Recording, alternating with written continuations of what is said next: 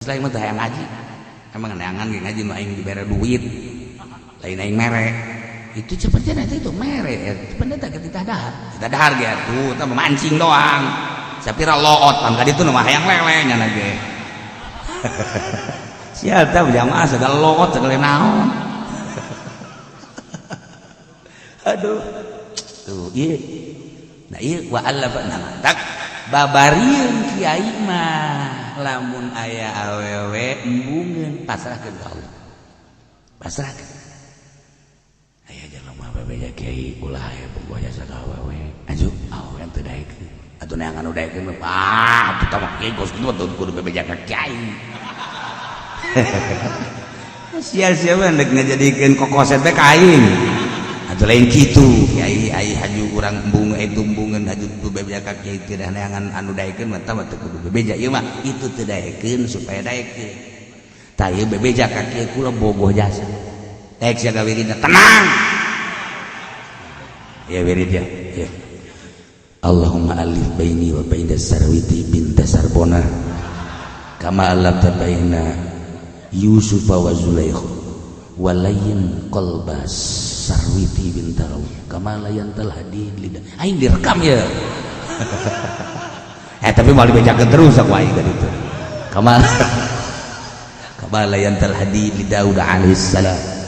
wa kama alabta li sayyidina Ibrahim wa Sarah wa Hajar Allahumma layyin qalba kamalayan ta Allahumma macana sabar kumaha dibacakeun tiupkeun we ka arah sarwiti batuan opat jihad bacaan Allahumma layyin qalba sarwiti bin salam kama layyan tal hadid daud alif baini wa baina sarwiti kama alafta baina Musa wa Tusa wa layyin qalba wa alif balangkeun ragag batu ngarenjak nya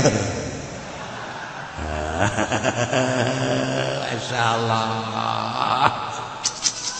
hiji deui bismillahirrahmanirrahim Allahumma layyin alif dan sakuat tadi balangkeun deui ke kulon opat jihad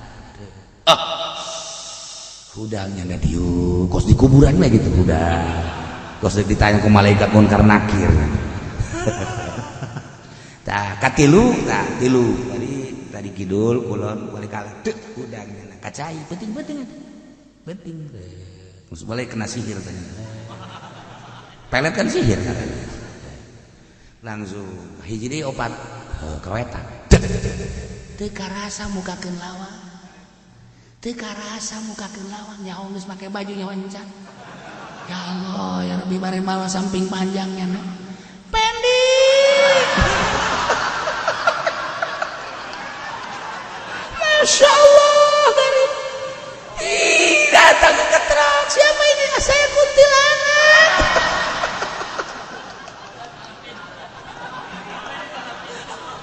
nggak wiridna salah bina kita binti sarboah ngana lain atuh datang kuntilanak naila wa allafa baina qulubihim Gusti Allah ngahijikeun antara hati-hati para mukminin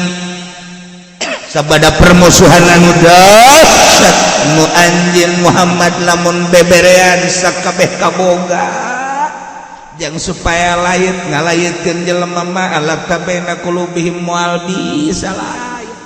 janu ngalayitkeun mah nu ngahijikeun mah Gusti Allah walakin Allah alafa bainahum Allah anu ngalayitkeun mah da innahu azizun hakim Gusti Allah nu nyiptakeun atuh Gusti Allah nu maha gagah galipunana amri nek nakal-nakal kumaha urang Allah teh atuh maha bijaksana saha anu boga kabijaksanaan ge moal aya iwati Gusti Allah la yakhruju syai'un an hikmati mal kaluar tina hikmah nyangakeun tinggal pasrahkeun ka Gusti Allah urang lamun geus teu boga pengakuan boro-boro ka batur boro-boro ka ilmu ka diri urang ge geus teu diaku diri aing ge lain aing nu Allah kakarak didinya bakal ngarasakeun kangeunahan ibadah ka Gusti Allah nikmat boro-boro batu boro-boro dunia boro-boro ilmu boro-boro kanyaho jeung saja Pak awak kurang ge ulah diaku geraja ku urang janu Allah diaku-aku di urusan kurang wayah modar mah jam modar bae wayah paeh mah atuh leuk naon urang urus keterlaluan ka awak urang jaku urang urusan ge di urusan nu aing ka dokter deui wajar urang dina syariat tapi ulah terlalu urusan ja mun urang pasrahkeun janu Gusti Allah lain urang kakarak diri ya urang kapanggih jeung jati diri tawakal ka Gusti Allah tak deuk datang ka dinyana tah nu hese ge kudu aya nu nungtun guru ngaranna guru mursyid iyalah Tuan Syekh Abdul Qadir iyalah Syekh Abdul Aziz anakna iyalah terus kehandap datang kah berlalu silsilah guru-guru anu bisa nuntun supaya bisa wauh jeung Gusti Allah ya ayyuhan nabiyyu wallahu a'lam lan ngariwayatkeun sapa Imam Mabrur Abu Dawud an Sauban saking Sauban qala ling ucap ya Sauban qala Rasulullah ngucap sabda kangjeng Rasulullah sallallahu alaihi wasallam yushikul umam wa an tudaya alaikum kama tuda'il akalatu ila qasatiha marak apa pirang-pirang umat iku diajak ya umam ngatasi ngamadaratkeun ngatasi sira kabeh kaya oleh siri ajak opo pirang-pirang kang mangan maring piringe akalah magolaga ilun min kilatin maka ngucap sapa kang ngucap anata saking kidik nahnu anata ikut tetap saking kidik nahnu taisun sadaya maidin marikan kidaya alaikum magala maga ngucap kangjeng Nabi bal antum kathir balik tau teh sira kabeh ku kang akeh walakinnakum busau dan tetapi sira kabeh iku budah banyu kadusa isaliku kaya budah banyu kaya budah banjir wala yanzi'anallahu min suduri aduwikum al-mahabat lan yakti bakal mocot temenan sapa Gusti Allah saking pirang-pirang dada musuh sira kabeh ing ngedi wala yaqdhifanna fi qulubikum al-wahan lan yakti bakal temenan Gusti Allah ing dalam pirang ati sira kabeh ing wahan faqala qailun maka ngucap sapa kang ngucap ya Rasulullah kangjeng Rasulullah wa mal wahan uti apa sewiji-wiji ku wahan gola ngucap kangjeng Rasulullah hubud dunya wa karahatul maut yaiku cinta dunia demen dunia lan sengit ing maut. Imam Abu Dawud ngariwayatkeun hadis dari Sauban kangjeng kantos nyarios yushikul umamu an tujaya alaikum hampir pohara deket terjadi umat-umat Nasrani umat-umat Yahudi kafir-kafir ngajakan ke aranjeun supaya asup Kristen supaya asup Yahudi percis okos al-akalah ludalahar ngajakan dahar ayo ka dieu dahar ayo ka dieu dahar ayo ka dieu dahar ieu loba sangu ieu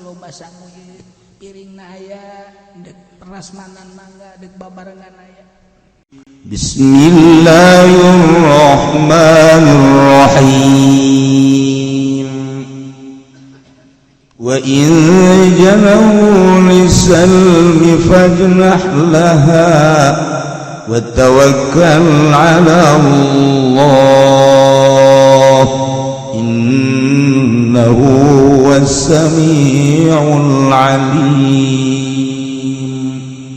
Wallahu a'lamu bimuradi wa in janahu lamun condong ya kufar lisalmi kadue damai fajnah malu tegese condong ya kufar lisalmi kadue damai bikasi sini kalawan den kasakeun sini lisilmi wa fathiha den patakeun sini sal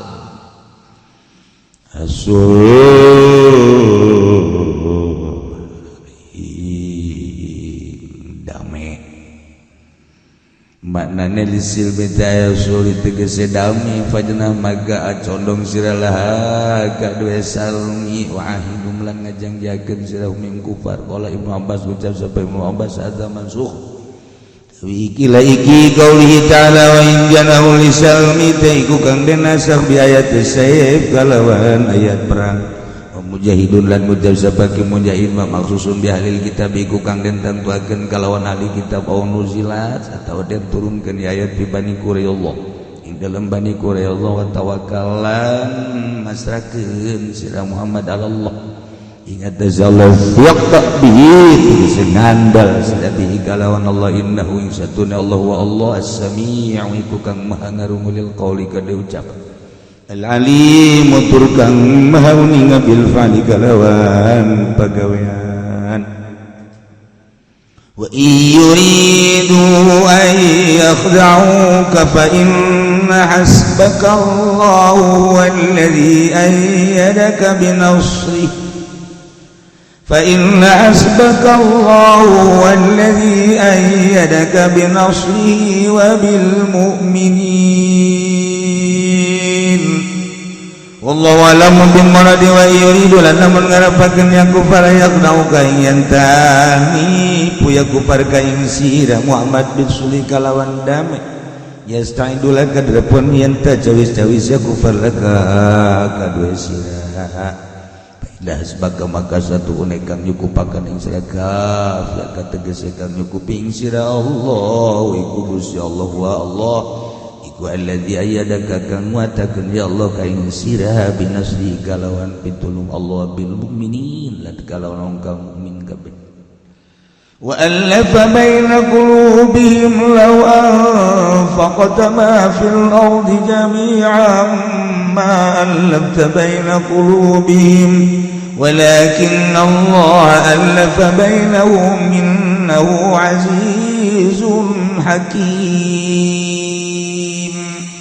والله أعلم بمراد وألف lan ngumpulakeun ya Allah jamaah tegese ngumpulakeun ya Allah baina qulubi min dalam antara pirang-pirang hatine mukminin badal yani dalam sausana pirang-pirang permusuhan lawan fakta kang lamun nganapakakeun sira ma fil adin barang kang tetep dalam bumi jami'an ada sakabeh ma alaf tabena qulubi maka orangna ngumpulakeun sira ing dalam antara pirang-pirang hati mukminin walakin Allah la tatabne Gusti Allah la faiku ngumpulakeun ya Allah bainahum ing dalam antarane mukminin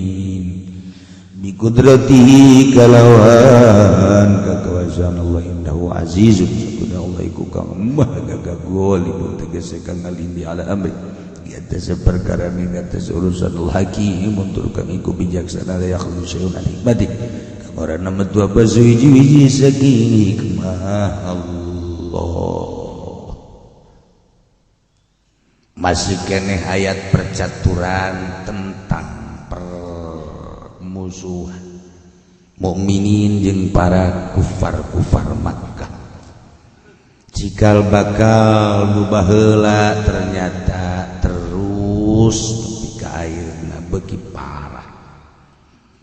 ieulah cikal bakal nu baheula teh di zaman baheulana pisan para rasul berjuang numbangkeun kebatilan terus baik setiap batil tumbuh Allah selalu ngutus rasul Kangjeng Nabi Ibrahim aya Namrud Kangjeng Nabi Daud aya Raja Jalut Kangjeng Nabi Musa aya Firaun terus baik aya Kangjeng Nabi urang aya Abu Jahal likulli Musa Firaun wa likulli Muhammadin Abu Jahal setiap aya anu hendak berjuang aya nu ngahalangan setiap aya Firaun aya Kangjeng Nabi Musa setiap aya Abu Jahal aya Kangjeng Nabi Muhammad maksudna peribahasa aya kebatilan aya anu numbangkeunana sepanjang masa kitu bae cuman berbeda-beda tipe jeung cara-cara adapun menang jeung elehna lain urusan urang alqital sijal perang adalah gonta-ganti kadang menang mukmin kadang menang kafir nu jelas berjuangna urang datang ka mana sakitu aya cikal bakal baheula para kufar teh ketika terserang ku para mukminin. Mukmin teu menang loyo, mukmin teu menang loyo. Mukmin kudu tegar di hareupeun para kufar. Dijelaskan ku Gusti Allah, wa a'iddu lahum mastata'tum min quwwati wa min ribatil khair. Persiapkan untuk melawan kufar kekuatan kurang selaku mukmin, kekuatan ribatil khair, persiapan supaya kafir turhibuna bihi aduwallahi wa aduwa wa akharina min dunihi. Kufar terserang ku mukminin lantarannya nama embung pae akhirna ngajak damai. Sikap mukmin ketika dipinta perdamaian ku kufar, sebab kufar geus terserang, kumaha cara? Allah mere cara dengan penuh kadeudeut jeung kanya. Lantaran orang diatur ku Gusti Allah, maka kudu nurut ku aturan Allah, ulah ku hawa nafsu. Eta teh eta urang mah ku nafsu. Salat di urang mah geus lain asa aturan Allah, asa urang we jak ku nafsu urang. Puasa padahal nu di tanah Allah, haju ka dieuna ku nafsu urang. Haji padahal nu di tanah Allah, haju ku nafsu urang. Tah eta tan nundukkeun nafsu-nafsu eta mares. Urusan perang. Wa in janahu lamun qiyamah, nikah hayang para kufar lisalmi kana perdamaian macana deuk dikasrahkeun sinal lisil. Cik ahli qiraat mah ieu qiraat Abu Bakar an Asim. Lamun dipatahkeun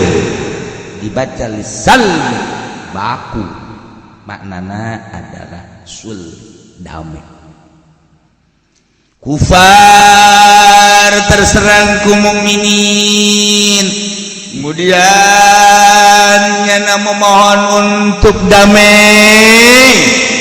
Na ieu Allah ngainstruksikeun ka para mukminin, fajnahlah ikuti kahayang nyana damai. Abeh mukminin dianggap cinta damai.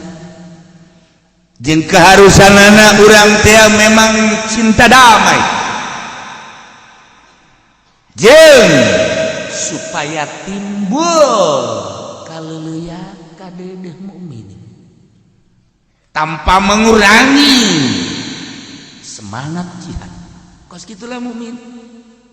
Jadi ketika kafir-kafir ngajak damai, kadituna kumaha? Wa tawakkal 'ala Allah. Pasrahkeun ka Gusti Allah.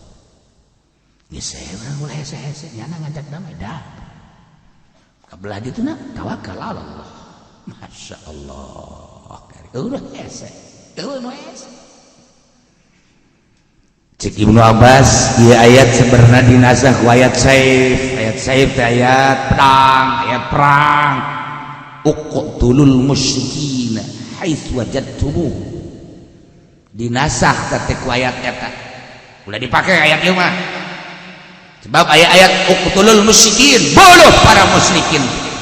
Haitsu wajadtumuhum, mana mereka pagihna. Ketika terjadi peperangan ngajak damai, tidak ada damai. Ibnu Abbas pohara. Tapi cek mujahid ieu mah ayat teh dikhususkeun ka ahli kitab Mekah baheula untuk orang-orang Mekah, sebab keur nyaritakeun tentang permusuhan antara mukminin jeung kufar Mekah. Mujahid mah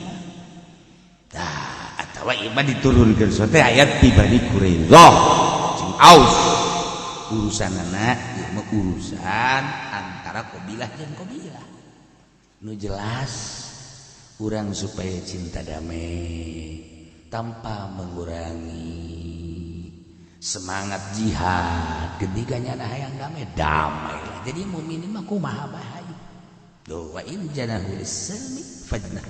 kabla dituna wa tawakkal Allah pasrahkeun ka Gusti Allah hese-hese awak sebab Allah Maha Sami'u Maha ngarungu kana ucapan-ucapan nyana Al-Alimu Maha uninga kana pagawean-pagawean nyana pagawean kupar ucapanana nyana hayang dame manehanana magawe hayang dame Allah Maha uninga ngarungu nguping Allah teh karena ucapan-ucapan jeung uninga kana pagawean-pagaweana urang ulah riweuh-riweuh kumaha cenah lamun kufar teh ngan sakadar ngeles ngan sakadar kelin doang nyana mah hayang dame ge horeng ambil ancang-ancang horenganan deuk nyerang urang kumaha eta lamun kos kitu masa urang deuk didamekeun we wa iridu an yakhda'uk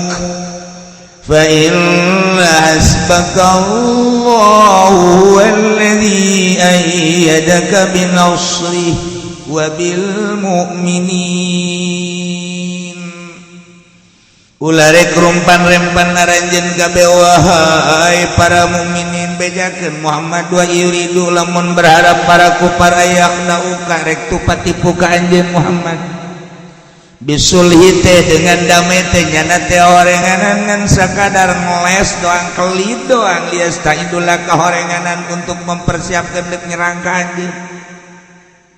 ulah rempan-rempan fainas bakan maka sanyanya nu nyukupkeun ka anjeun teh Allah makapan aya teu pernah eueuh ningali teu pernah sareje nudutan Allah la takhudhu sinatun wa nauman urang mah teu kuat urang mah boro-boro teu sare teh nudutan ge teu kuat yang ngajadikeun variasi jeung seni dina ngaji teh lamun eueun we esan eueuh senian eta Gusti Allah mah teu pernah la takhudhu sinatun wa la masyaallah ngurusan urang eueuh ka aya kuari geus aya di urusan bae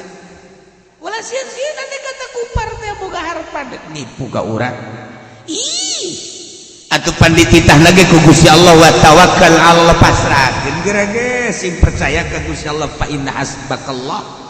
saenyana nu nyukupkeun ka anjeun Allah teh huwallazi ayyadaka binasrihi wa bil mu'minin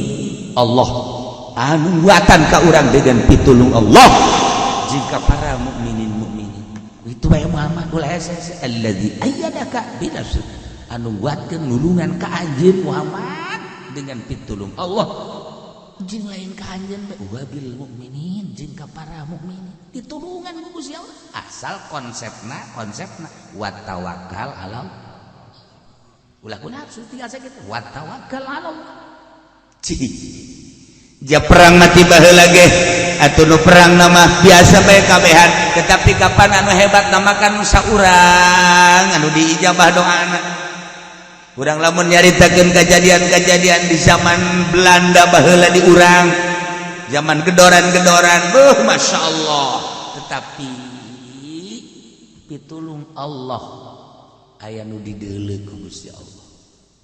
urang kan ngharepkeun pitulung kuari teh di urang emang situasina kumaha ja karakterna geus lain karakter bangsa Indonesia di urang teh karakter urang seberang kabeh tetapi urang tenang-tenang bae asal bisa wa tawakkal ala Allah nah ngomong babari tawakal ka Allah babari deuk ka Mekah ge bismillahirrahmanirrahim bismillah tawakkaltu Allah bari menyeng-menyeng geun ceri ditungtun nya tawakkal ala Allah wa'ara jasa eta bismillah tawakkaltu ala Allah wala haula wala quwata illa billahil aliyil azim eta teh pasrah sumrah ka Gusti Allah nyangakeun sadaya-daya jabi teh ieu teh dihirupan teh ku Gusti diatur teh ku Gusti ditaligakeun ku Gusti nyangakeun sadaya-daya geus tawakal ka Gusti Allah datang ka pondok gede karak cele doang geus telepon teh ke bos si hadenya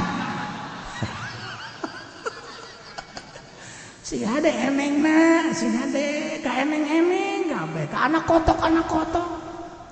cenah tadi tawakal buat Allah ya Allah ya Rabbi daya wa yuridu ayyakhda'u lamun ngarepkeun kufar teh dek nipu cik bahasa urang mah di dieu ngeles bahasa ngeles teh bahasa pencak ngeles kana teh jadi lamun ditinju teh aya ditahan ditangkis aya ngeles mah nya nama lain ditangkis tungkul atau kumaha eta mah kumaha datangna itu daun ngaranna serang ngaranna ngeles ya cek urang wetan mah kelin ngelid aya ditangkis betul bisa ditangkis kan ngelid urang teh ka dituna lompat ka dituna teh eta kelid urang teh kelid heula satoreganan kelid teh ya ieu deuk mempersiapkeun nyerang emang kos kitu atuh gelut emang kos kitu gelut Pak Gus Dur teh Gus Dur dilelitik dibawa ku Ki Wahid ke Jakarta saenggeus dibawa ke Jakarta Gus Dur kakarake umur 2 tahun umur 3 tahun dibawa ke Jakarta umur 4 tahun nakal geus kabina-bina Gus Dur teh kenakalanana luar biasa mana nakalna luar biasa teh lamun nutupkeun lawang bubuh lamun lumpat cenah di luar ke jero teh lamun henteu buncunur can jadi Gus Dur eta masa kecilna nah kabelah dieuna nya maling kadaharan di imah kene nu kolot maksudna ieu jang kolot dipaling punya na dibawa ka tanggal jambu ka luhur di ahari di luhur ai brak teh HS di luhur tanggal jambu raga potong panjang leungeunna foto nakalna Gus Dur nah kabelah dieuna kenakalan eta ku Ki Wahid ya ku Ki Wahid dijuruskeun diarahkeun ka babacaan dibere babacaan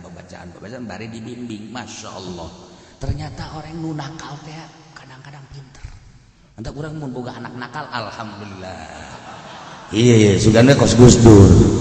tungtung nama kos Gus Dur henteu nakal terus dibimbing ternyata luar biasa akhirnya manehna tileuleut kene bahasa Inggris aya guruna di Jakarta Jerman orang Jerman eta bahasa Jermanna jago bahasa Belanda ngan nu paling pase bahasa Inggris Gus Dur teh kabelah diana teh eureun maca be akhirnya ku bapakna dibere bacaan silat jadi sapalka mere buku bacaan silat kabelah diana kan jelema mah lamun maca eta naon kitu dirina teh menjiwai saenggeus menjiwai can belajar pencana geus aya jiwa bantu meunang aya naon dikepret bae ku Gus Dur janyanana tangis macaan kitab silat buku silat atuh aya naon ceprat padahal belajar ge encan ieu ka bapana sorangan ditinju punya da bapana masyaallah lain teh ditinjuan punya apa buku dari bapak kan dimanfaatkan oleh saya kira jadi bapak lagi kawalahan akhirnya belajar nya pencat bang belajar jago Gus Dur mah biasa jago di Jakarta nah kabelah dengan kaburu maut bapakna kecelakaan tapi terus jangan ieu mah keur carita kajagoan Gus Dur teh bahasanya teh bahasa kelit bahasa nangkis bahasa ngeles nya nama jago teh sebab bacaan naon gitu ngaranna istilah-istilah bela diri sadunya lamun naon gitu ngaranna lamun karate kos kumaha lamun silat kos kumaha kuntau kumaha naon deui si anu nyawa sia we nyawan aing sabarna jeung sia mah tah eta kos kitu jago teh ieu istilah-istilah kelit dan lain sebagainya dipencak nah ternyata karakter kos kitu teh membawa kebahagiaan Gus Dur diakui ku dulur-dulur nage loba anu teu dipelajari di sekolah tapi bisa loba anu teu dipelajari di universitas tapi bisa loba anu teu dipelajari teu boga guru tapi bisa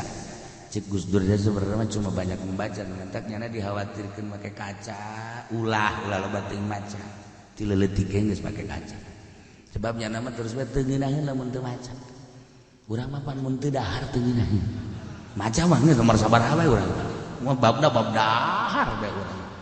mantak deuk ngaji atuh kopi segala dihareup eta mana jang ruhani mana jang jasmani teh disaliru urang mah teu parah dicampur-campur urang Ya Allah, di majelis orang yang izin meureunnya lagi. Di luar bapak bawa maya. Kadele urut dapat urut kacang, urut papai, urutan ambo, isi ngaji kos ge amat.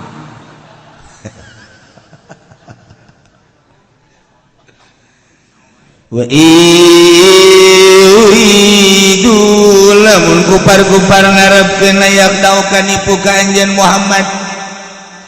dengan bahasa damai, dengan perkataan damai, dengan gerak damai teh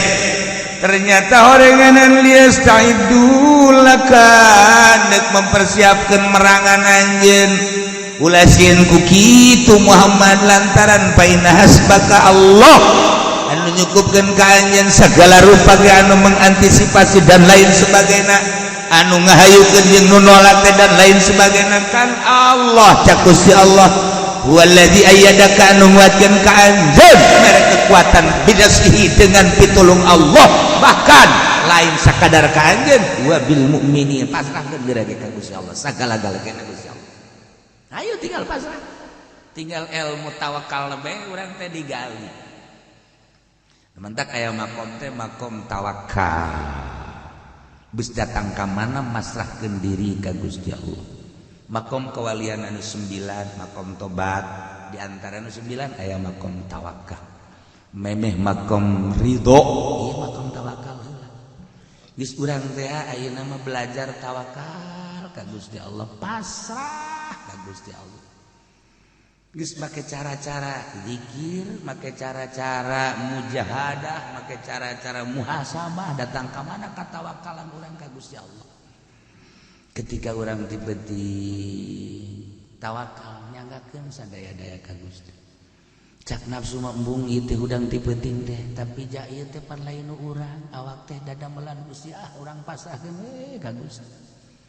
acenah tiris apaan tiris teh nangieun Gusti ataupun ku Gusti diteu tiriskeun mah gampang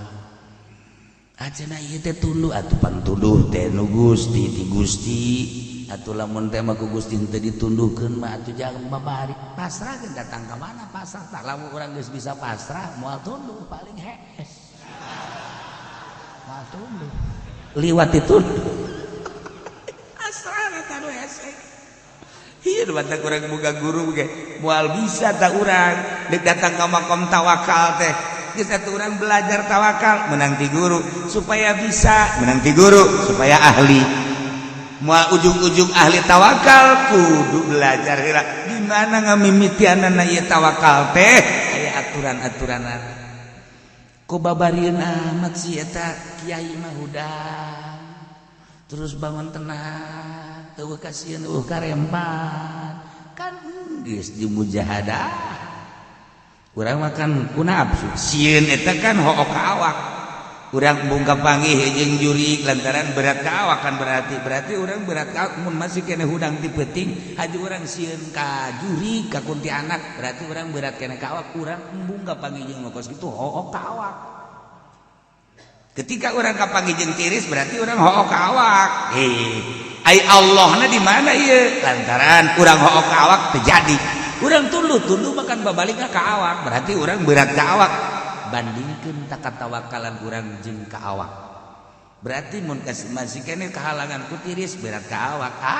cak Allah teh ngurusan awak bae sia mah timbang ku sia dahar deui tuh terus tunduh berarti berat ka awak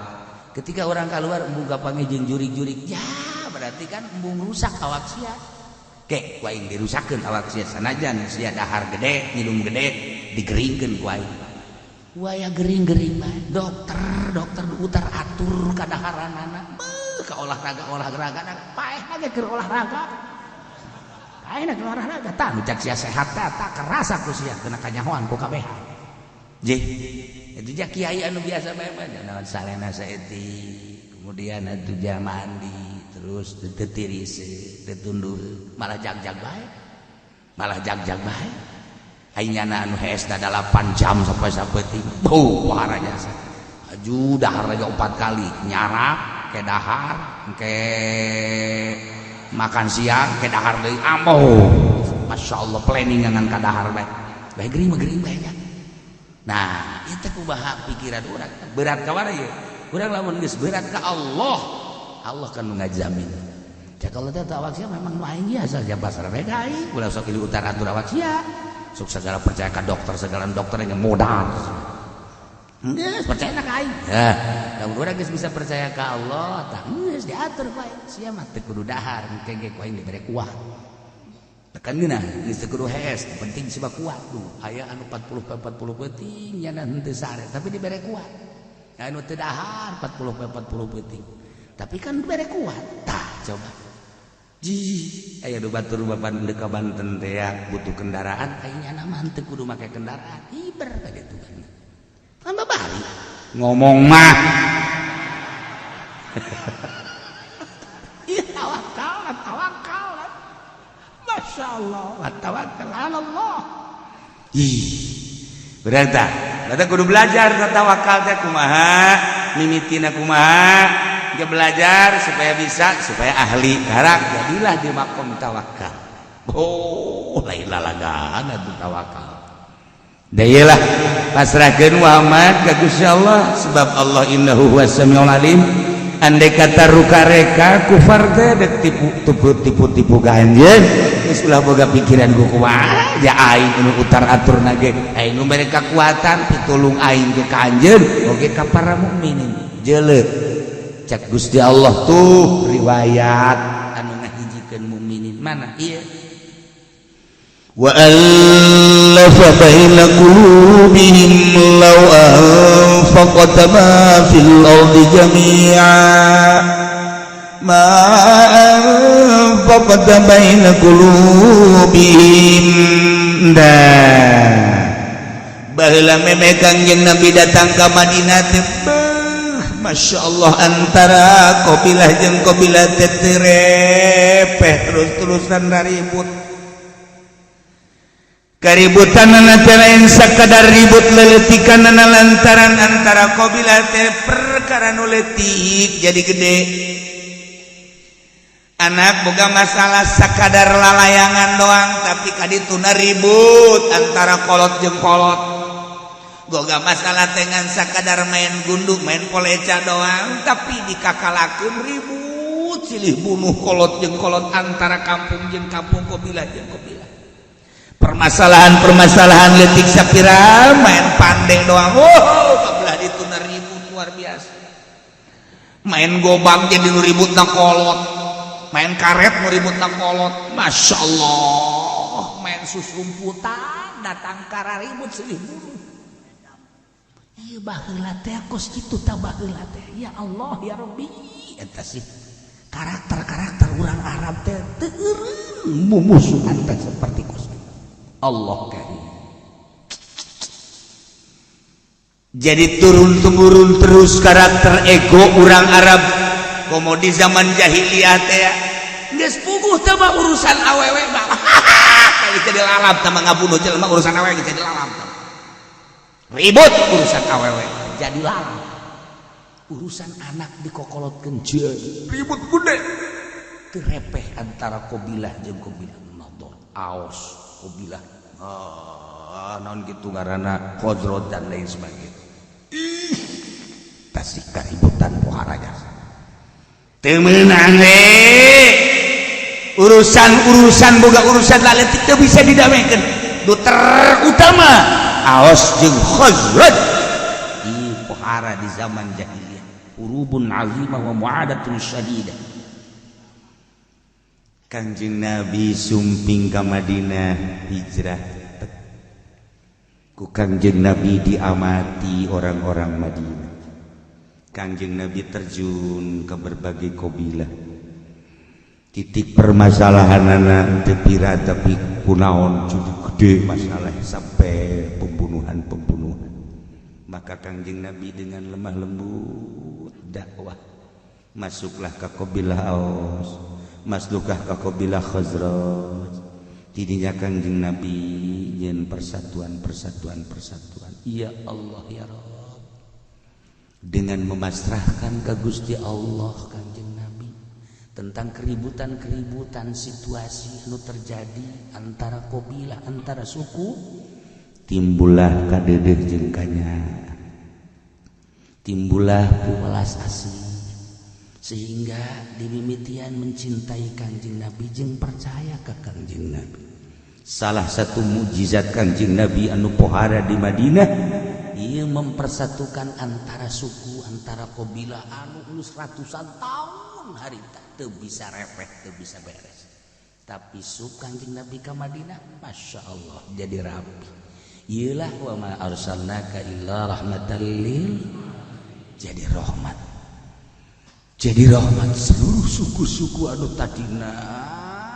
raribut bae kuari jadi dedehnya mahabbah cinta ka Kangjeng. Akhirna Kangjeng sangat dibutuhkan di Madinah. Ku ayana Kangjeng Nabi di Madinah ngahiji kabeh. Dina ngahijina umat di Madinah teu ngaku Kangjeng Nabi malamun ngaku cilaka. Nu mantak Gusti Allah mere aturan diabadikeun dina ayat ieu wa allafa baina qulubi Muhammadulah sok cangcaya kulantaran kufar-kufar boga maksud hendak nipu ka anjeun ja aing nu ngatur cek Gusti Allah tuh deuleu wa allafa baina qulubihim dileleikeun dinyaakeun sehingga dihijikeun antara mukminin badal ihan sabada permusuhan anu dahsyat turun temurun ratusan tahun di zaman jahiliyah teh terutama kabilah Aus jeung kabilah Khazraj. Tetapi ku anjeun karandapan katingali jeung kasaksian Muhammad ayeuna teh kapan jadi ngahiji Muhammad lainang anjeun nya cek Gusti ieu mah law anfaqta lamun anjeun ngira-ngirakeun da usahakeun mere keseluruhan nabil adi jami'an naun anu aya di muka bumi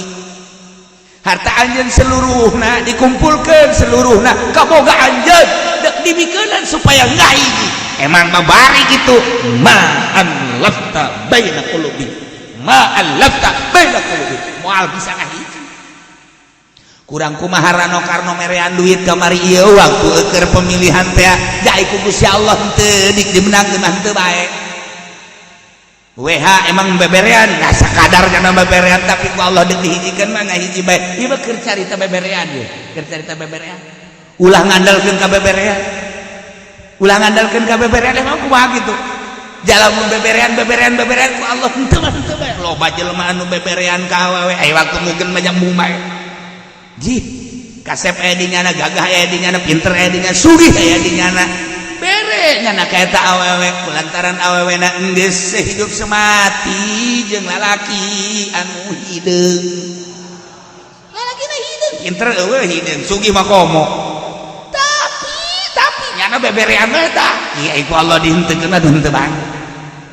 ai kitu mah sugih aya di nyana kasep aya di nyana beberean aya di nyana hanyum merek aya di nyana ajudaekeun atuh teh mah wajar ieu mah keur carita beberean ku Allah teu didaekeun mah henteu bae lain saeutik jelema anu beberean ka awewe ieu mah ka awewe beheulanan tapi teu daekeun lain saeutik eta keur carita perorangan intern cintrong eta kos kitu kan sok geura ayeuna di kampung supaya ngahiji teu saeutik kiai-kiai modern anu merean duit teu saeutik kiai-kiai anu dina hatena boga kajanggalan ngaji dia ka aing ngaji sia ka aing diberean duit mah dicokot rokona mah dicokot ngajina mangan saminggu 2 minggu kadituna mah bubar deui emang aing teu nyaho ye teh nyaho jasa loba teh mah kos kitu teh baberenceh lamun lainang Allah mah bisa je ku ari calon bupati beberean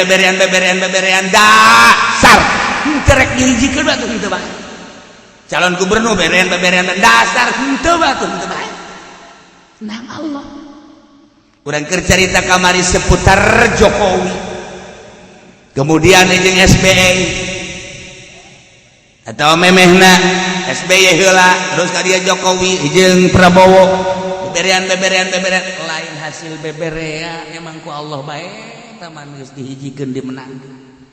adapun dimenangkeunana lain bagus lain goreng keur carita menang bae heulana urusan bagus jeung goreng teh mah urusanna lain deui ieu mah urusan dimenangkeun jeung dielehkeun udah Allah dumantak wa allafa baina qulubi Muhammad ulah diakuna anjeun qabilah Khazraj jeung qabilah Aus anu sakitu poharana ratusan tahun eta teh teu repe masalah leutik jadi gede lah masalah sepele jadi gede pembunuhan anu luar biasa geus sabaraha ribu manusia terbunuh gara-gara urusan leutik komo aya urusan gede mah tetapi anjeun kadinya kemudian ku hari jadi ngahiji lain nang anjeun jalamun dikira-kirakeun anjeun beberean mafil ardi jami'a naon kaboga anjeun supaya ngahiji ma'alaf tabaina qulubihim wa bisa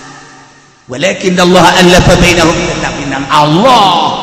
mandak lamun urang pasrah ka Gusti Allah urang boga yang muzati konsepna kos kitu konsepna urang boga yang muzati Gusti abdi nati Gusti ilmu nagati Gusti abdi mah hayang mangfaat bae nyanggakeun sadaya-daya deui ka Gustikeun we ayeuna mah sabisa-bisa Gusti kitu ge lamun mangfaat kita lamun teu mangfaat mah nyanggakeun sadaya-daya kumaha Gusti bae ulah ku hawa nafsu mulai jelema darek kadinya darek ke ngaji ulah di aku nang urang lamun di aku nang mana bubar nang saha jelema daek gaji nang Allah berean coba duit teh moal daek ulah-ulah diberean duit dititah dahar teh malah mere ngana eta dalahar heula cenah kabehan yang mengaji ge dalahar teh lah ieu mah ge aya sakali dua kali kabelah ditu na bosen aing mah haji kadinya kudu mere sumbangan melulu geus lain mah teh hayang ngaji emang neangan ge ngaji nu aing dibere duit lain aing mere itu seperti nanti itu mere pendeta kita dahar ge atuh teh memancing doang sapira loot pan ka ditu mah hayang lele nya ge sia teh jamaah segala loot segala naon aduh tuh ieu nah ieu wa allafa tak babarieun kiai mah lamun aya awewe embungeun pasrahkeun ka Allah pasrahkeun aya jelema bebeja kiai ulah aya pungguh jasa ka awewe aju awewe teu daekeun atuh neangan nu daekeun mah atuh tamah kiai kos kitu atuh kudu bebeja ka kiai sia-sia mah endek ngajadikeun kokoset teh kain atuh lain kitu kiai ai haju urang embung itu embungeun haju bebeja ka kiai teu dah neangan anu daekeun mah tah teu kudu bebeja ieu mah itu teu daekeun supaya daekeun tah ieu bebeja ka kiai kula bogoh jasa daek sia gawiridna tenang ya wirid ya Allahumma alif baini wa baina sarwiti binta sarbona kama alafta baina Yusuf wa Zulaikha walayin qalbas sarwiti binta raw kama layantal hadid lidah aing direkam ya tapi mau dibacakeun terus aku aing tadi itu kama layantal hadid li Daud alaihi salam wa kama alafta li sayyidina Ibrahim wa Sarah wa Hajar Allahumma layyin qalba kama layanta Allahumma macana sabar mal dibejakeun tiupkeun we ka arah sarwiti batuan opat jihad bacaan Allahumma layyin qalba sarwiti bin sana kama layantal hadid daud alif baini wa baina sarwiti kama alafta baina Musa wa Tusin layyin qalba wa alif balangkeun ragag batu ngarenjak nya masyaallah hiji deui bismillahirrahmanirrahim Allahumma layyin alif dan sakuat tadi balangkeun deui ke kulon opat jihad hudangnya enggak diu kos di kuburan mah gitu hudang kos ditanya ku malaikat munkar nakir tah katilu tadi kidul kulon balik kalah teu hudangnya kacai penting mus boleh kena sihir tanya pelet kan sihir katanya langsung hiji deui opat kawetan teu karasa mukakeun lawang nyaho geus make baju nyaho encan ya Allah ya Rabbi bare mawa samping panjangnya pendek Masya Allah dari datang ke terang siapa ini saya kuntilanak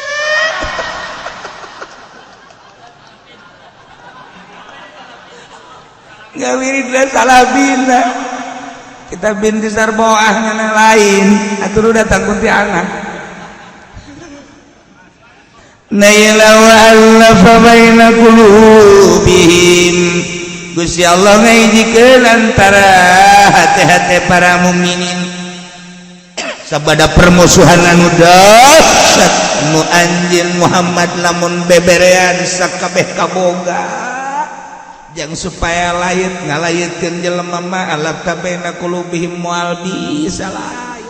janu ngalayitkeun manu ngahijikeun mah Gusti Allah walakin Allah alafa bainahum Allah anu ngalayitkeun mah da innahu azizun hakim Gusti Allah nu nyiptakeun atuh Gusti Allah nu maha gagah galibun nana amri nek nakal-nakal kumaha urang Allah teh atuh maha bijaksana saha anu boga kabijaksanaan jeung moal aya iwati Gusti Allah la yakhruju syai'un an hikmati moal kaluar tina hikmah jangan tinggal pasrahkeun ka Gusti Allah. Urang lamun geus teu boga pengakuan boro-boro ka batur, boro-boro ka ilmu ka diri urang ge geus teu diaku diri aing ge lain aing nu Allah kakarak di dinya bakal ngarasakeun kangeunahan ibadah ka Gusti Allah. Nikmat. Boro-boro batur, boro-boro dunia, boro-boro ilmu, boro-boro kanyaho. Geus saja Pak, awak urang ge ulah diaku geraja ku urang. Janu Allah diaku-aku di urusan ku urang wayah modar mah jam modar bae. Wayah paeh mah paeh bae atuh leuk naon urang. Urus keterlaluan ke awak kurang jaku urang di urusan ge di urusan nu aing ka dokter deh wajar urang dina syariat tapi ulah terlalu urusan ja mun urang pasrahkeun janu Gusti Allah lain urang kakarak diri ya urang kapangijing jati diri tawakal ke Gusti Allah tak neuk datang ka dinyana tah nu hese ge kudu aya nu nuntun guru ngaranna guru mursyid. Iyalah Tuan Syekh Abdul Qadir, iyalah Syekh Abdul Aziz anakna, iyalah terus kehandap datangkah berlalu silsilah guru-guru anu bisa nuntun supaya bisa wauh jeung Gusti Allah. Ya ayyuhan nabiyyu wallahu a'lam. Lan ngariwayatkeun sapa Imam Abu Dawud an Tsauban saking Tsauban qala ling ucap ya Tsauban Gula Rasulullah ngucap sabda kangjeng Rasulullah sallallahu alaihi wasallam yushikul umam wa an tuda'i alaikum kama tuda'il akalatu ila qasatiha marak apa pirang-pirang umat iku diajak ya umam ingata sing madaratkeun ngata sira kabeh kaya oleh siri ajak opo pirang-pirang kang mangan maring piringe akalah Magolaga ilun min kilatin maka ngucap sapa kang ngucap anata saking kidik nahnu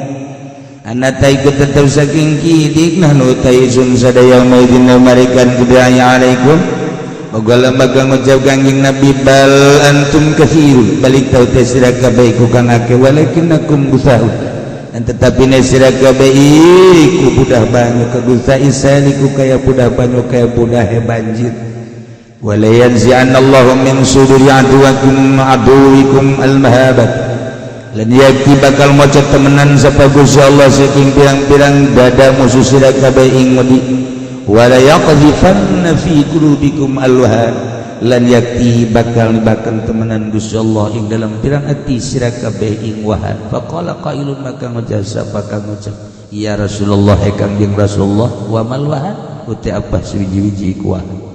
Gola ngucap kangjeng Rasulullah hubud dunya wa karahatul maut yaiku cinta dunia demen dunia lan sengit ing maut. Imam Abu Dawud ngariwayatkeun hadis dari Tsauban saur Tsauban kangjeng kantos nyarios yushikul umamu an tujaya alaikum pohara deke terjadi umat-umat Nasrani umat-umat Yahudi kafir-kafir ngajakan ke aranjeun supaya asup Kristen supaya asup Yahudi percis okos al-akalah nudalahar ngajakan dahar ayo ka dieu dahar ayo ka dieu dahar ayo ka dieu dahar ieu loba sangu ieu piringna aya dek prasmanan mangga dek babarengan aya ya Allah Kanjeng Nabi ngasinonim kenana nasbih kenana kesak kumaha ngajakan dahar. Setiap manusia nafsu dahar mah aya, berarti hampir terjadi daraek. Hampir terjadi daraek. Bakal terjadi umat-umat Kristen, bakal terjadi umat-umat Yahudi ngarajakan ngarusak agama anjeun. Persis sakumaha ngajakanana nu dalahar kana pinggan-pinggana kana piring-piring. Daraek. Ya Allah ya Allah. Diajak asup Kristen teh daek. Diajak asup Yahudi teh daek, ieu mah daek. Muslim mukmin daek. Persis kos diajak dahar mah daek. Sahabat kaget. Faqala qailun, sahabat naros, min kilati dahnu yauma idzin, apakah kami golongan mukminin saeutik eta teh kitu teh? Cekang yang bagwalabal antum kasir lobat watidasna maleuwih lobat tibatan kufar Walakinnakum guzaun, cuman percis kos budah bae, kos budah laut. Kumaha budah? Ngagumuk cekal nanaon. Kumaha budah? Oh, segede gunung. Mang pantes sapira budah dicekal teh nanaon. Percis ka Gusta Isayil. Kos budah-budah banjir nanaon. Masya Allah kari. Kanjeng Nabi geus nyarita. Kuari di urang didominasi di Indonesia teh urang nyaritakeun Al-Qur'anul Karim aya padu nyarita mah sakadar pendidikan tarolah masalah, tapi ketika orang gerak di organisasi, orang gerak di parpol, orang gerak di berbagai lembaga untuk merealisasikan ayat suci Al-Qur'anul Karim, moal kebal umurna borgol. Sebab naon? Geus didominasi ku Nasrani jeung ku Yahudi. Ulah ngomong-ngomong agama, ngomong nangis bae, ngomong kemanusiaan. Geus bae, nyana terus bae ngomong agama, urang mah teu meunang. Nyana asup ke birokrasi agama, urang mah teu meunang sakadar di pondok pesantren majelis taklim ngomong teh. Nyana mah kan terus gerak. Terus nyana nyieun sumber-sumber dana melalui ekonominya. Geus puguh Amerika di urang dengan penyaluran Donald Trump, Masya Allah karim. Eta nu ngaran Indomaret, nu ngaran Miniman, nu ngaran Indomaret, terus supermarket dan lain sebagainya. Donald Trump di urang geus menguasai. Urang teh kudu mikeun kajana sebagian hartana melalui eta. Diperat kerjasamanya na jeung negara seperti eta lah. Nah, eta kakak perekonomian kabelah dieuna. Sabaraha ribu manusia, juta manusia anu kehilangan mata pekerjaan disumbang ke gereja, yang penting asup Kristen. Sabaraha anu kehilangan mata pendidikan, tidak melanjutkan, tidak bisa melanjutkan pendidikan di SMA, di universitas, kemudian ditanggung ku Kristen, yang penting masuk Kristen. Sabaraha ribu masyarakat Indonesia nu susah, loba hutang, kemudian ditangkes ku Kristen, yang penting masuk Kristen. Urang teu pernah memikirkan tadi disumbang baheula supermi dan lain sebagainya, penting asup Kristen. Geus kos kitulah karakternya na. Diajakan ieu horenganan ieu hadis teh yusikul umam an tudaya alaikum. Diajakan ku nyana hayo dibere. Baheula mah hanya orang bodoh doang kan nu diberean teh. Masyarakat Sumatera urang ngadenge baheula diberian supermi sekian persen asup Kristen. Masyarakat di Medan baheula nu sararusah di seberang makan sararusahna di Jambi, terus dikembangkan penting bangun gereja, kemudian ada asup Kristen di Jawa, di Salatiga kitu kene. Urang cuma ngadenge berita-beritana percis ieu hadis ieu diarajakan ku nyana hayo nu bodoh.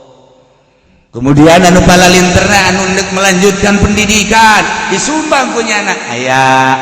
kuari kadeulina mah bangun biasa-biasa bae, urang cuma sekedar nyewakeun jajang toko horenganan di jerona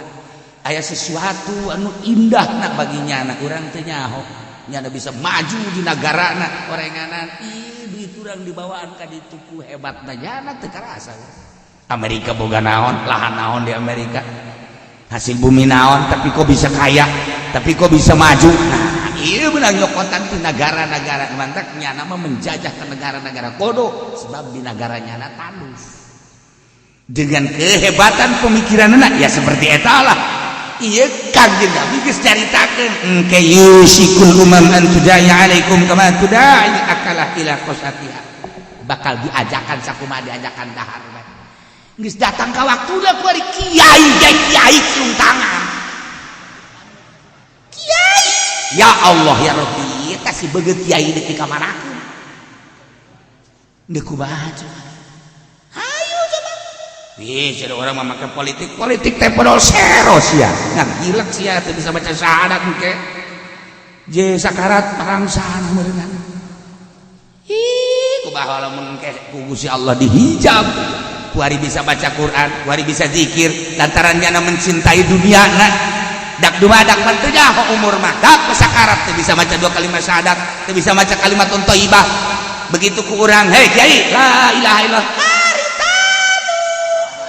La ilaha illallah, anak lagi geus la ilaha haritanu. Datang ka bawah haritan naudzubillah billah. Hanya sekedar majlis dibangun, hanya sekedar mobil sama kawemaan mobil. Henteu jauh umur isu pageto dicabut jatuh bisa maca kalimat teu eta nu pake karempan ge. Sabaraha si keindahanana, kemewahanana dunia. Tapi kunaon teu bisa maca la ilaha illallah. Kurang lamun macaan kitab ke dihareup ketika jelema sakarat, kapan eta teh bakalna anu diomongkeun ku jana deuk karesepnyana. Ke dihareup bakal dicaritakeun ketika jelema sakarat teh aya anu dirham bae. Lantaran nyana unggal poena nu di benak hatina sakadar dirham doang. Ketika sakarat bulan la ilaha illallah dirham la ilaha illallah ditalkinan lakinu mau takun nyana dirham benak hatina dirham. Bulan la ilaha illallah Fortuner la ilaha illallah Fortuner bener kumaha coba yuk. Ya Allah. Coba ya. Pak, ieu mah sakarat ieu. La ilaha illallah. Jahe kerawang. Tuh, ampun naudzubillah minzalik. Iya teu nyaho kan urang. Dibaca ku hari geus kolot masih hade nu aya di hati urang teh naon besi ka bawa pae. Aya jelema titah naon kitu ngaranna maca la ilaha illallah keur sakarat. La ilaha illallah anu nalkina belah kencak ngalieu ka katu. Dibacaan belah katu la ilaha illallah ngalieu ka kencak embungeun naudzubillah min dzalik. Nu aya di hatena naon nu dipake karesep almar'u ma'aman ahabba. Jelema dibarengkeun jeung nu karesepna.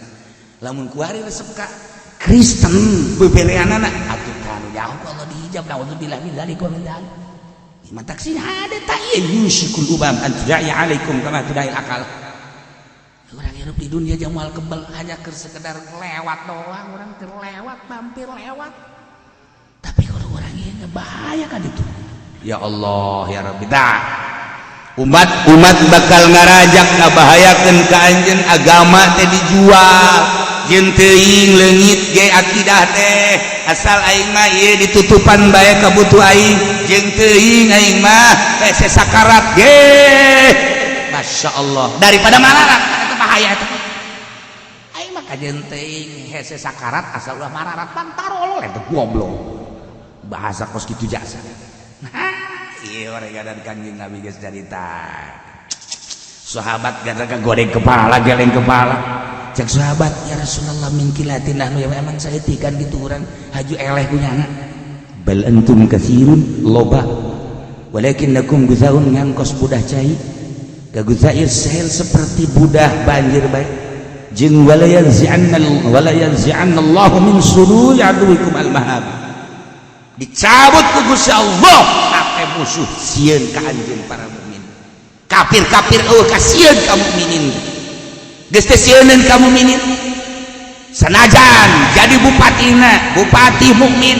ieu kafir teh sieunneun ka bupati mukmin. Sanajan jadi gubernur mukmin, ieu kafir teh sieunneun ka gubernur. Sanajan anu boga pondok pesantren mukmin, kafir teh sieunneun ka kiaina.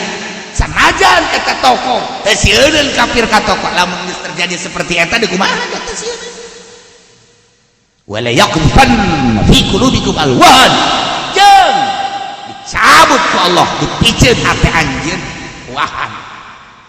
faqala qail didatangan wahan hati urang wala yaqdhan didatangan ku Gusti Allah hati maneh wahan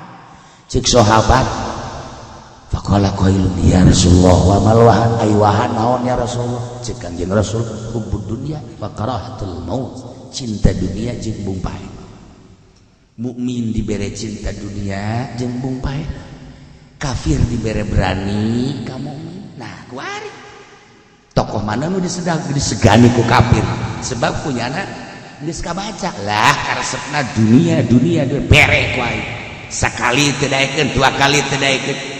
memehna ku aing dibere coba hayang nyaho 100 juta mugen kene bere ku aing 500 juta mugen kene 1 miliar coba hayang nyaho kakarak deungnya mulai 2 kliek 1 miliar lantaran ieu mah gede 1 miliar mah teu daekeun 2 miliar 2 miliar masih kene mugen kene 1 teh telur ngaran ini itu wah kabaca DPR mana nu disegani ku kafir lantaran bisa dibeli nyana ongkang-ongkang wala yanzi'anallahu min sururi aduikum al-mahabah musuh desieun ka mukminin lantaran bisa dibeli bupati mana nu disegani gubernur mana disegani ku kafir kiai mana ku anu disegani ku kafir dia geus kabaca ku kiai ku kafir-kafir teh kiai eta bere kiai eta bere lamun urang kiai bisa dibeli ku kafir masyaallah deuk kumaha nya ngahargaanna ka mukmin deuk kumaha hasilna ka mukmin geus dibana diperangkeun ulah harap menang sebab naon geus kabacaeun masyaallah iyalah mukminna kuari dibere hubbud dunya wa karahatul maut cinta dunia jeung bungpae lamun geus dibere cinta dunia lengkah-lengkahna ka mana bae dunia kadeleuna mah eta horenganan qori teh keur macakeun Quran padahal mah berangkat tadi imah teh horenganan nedangan dunia kadengena kurang mah a'udzu billahi minasyaitonir rajim horeng kadenge ku para wali Allah mah duit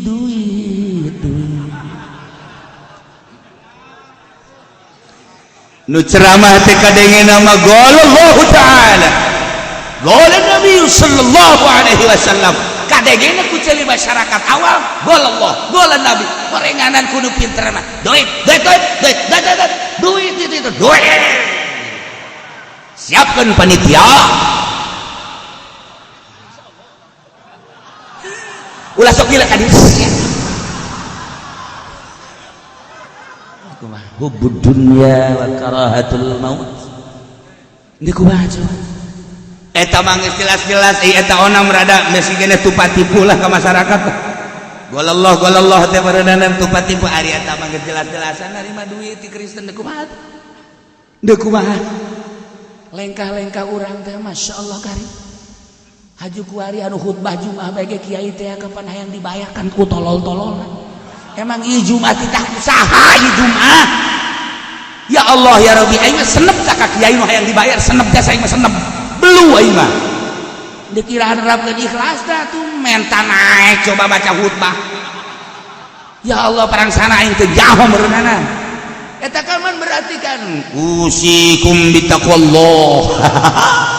sia wasiat ka jelema bitaqwallah ai sia kadengena ku wali mah duit sing gede naik dong harganya teu beres ya ku ari ka salat-salat engke mah meureun puasa ge menta dibayar ini ku bae hubud dunia teh geus karari dek di mana kuatna Islam dek di mana cak kiai na ge geus karari itu hanya duit jeung duit bae hanya duit tuh gandeng cenah kiai kula boga pamajikanna dua masalahna jian tuh dua mah dua bae khutbah mah tuh khutbah bae ulah sok hayang dibayar deh jana di kota mah dibayar ulah nyaritakeun di kota hulu sia geus teu ka mana eta kan kadengena urang alhamdulillahilladzi amarna bittaqwa sedapnya sakan kadengena eta hei pahara ditatakwa horenganan kadengena mah kurang ditatakwa di jerona duit-duitan naik deui ieu dunia ieu loba ieu Quran ceramah khutbah. Masya Allah hubbud dunya lamun geus kos kitu karak moal aya penghargaan. Artina moal penghargaan teh sieun musuh ka urang lantaran urangna kabaca ku jana resep dunia. Bahkan wa karahatul maut ngumpay atuh sarua jeung nyana.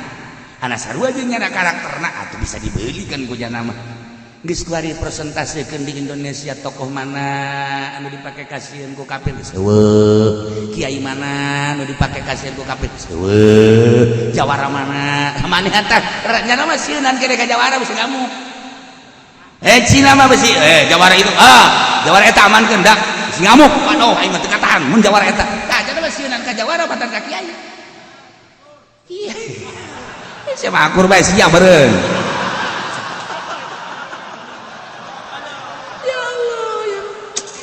Masya Allah nailah hadis kangjeng Nabi geus pohara jasa diajakan ku kafir daraek percis sakumaha kos diajakan dahar bae lain saeutik bilanganna loba cuman percis kos budak daud bae hate kupar geus teu diberesieun ka para mukminin sebab hati-hati mukminina diberi hubbud dunya wa karahatul maut.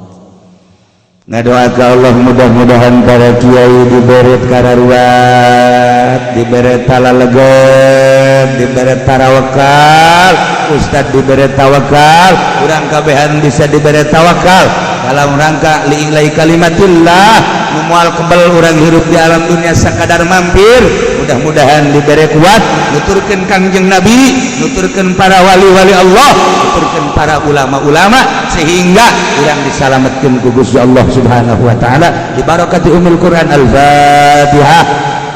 Bismillahirrahmanirrahim. Alhamdulillahirabbil alamin arrahmanir rahim maliki yaumiddin. Iyyaka na'budu wa iyyaka nasta'in ihdinas siratal mustaqim siratal ladzina an'amta 'alaihim ghairil maghdubi 'alaihim waladdallin.